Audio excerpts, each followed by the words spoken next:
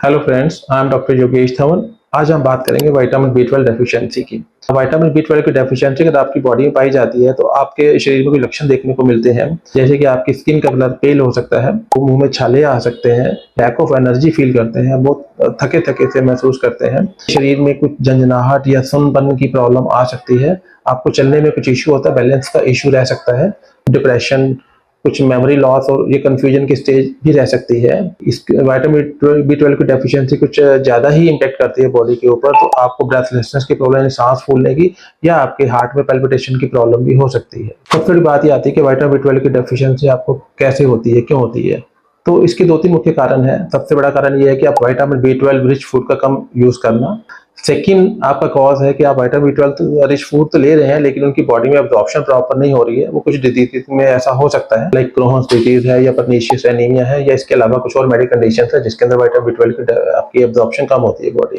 Third जो इसका cause है वो है कुछ मेडिसिन होती हैं जो कि इसकी एब्जॉर्प्शन को थोड़ा बॉडी में कम कर देती हैं। उसमें स्पेसिफिकली कुछ डायबिटिक की मेडिसिन है या एसिड रिफ्लक्स के लिए कुछ मेडिसिन आती हैं जो इनके एब्जॉर्प्शन को कम करती हैं। अब क्वेश्चन आता है कि बी 12 की डेफिशिएंसी को हम कैसे पता करा सकते हैं। तो एक बहुत सिंपल सा ब्लड टेस्ट होता है। उस ब्लड टेस्ट के द्वारा हम ये जान सकते हैं कि आपकी बॉडी में विटामिन बी 12 की मात्रा कितनी है, ये नॉर्मल है, ये कम है। अब अगर आपकी बॉडी में विटामिन बी 12 की मात्रा कम पाई जाती है तो उसके लिए हम क्या कर सकते हैं। तो सबसे पहला काम जो आपको करना है कि विटामिन बी 12 रिच फूड जो है उनका इस्तेमाल अपनी डाइट में बढ़ाइए, जिसमें कि मेन डेयरी प्रोडक्ट्स है, मिल्क है, पनीर है, टोफू है, या आप नॉन वेज में आप फिश ले सकते हैं, मीट ले सकते हैं, एग्स है, आलमंड्स हैं, मशरूम्स हैं।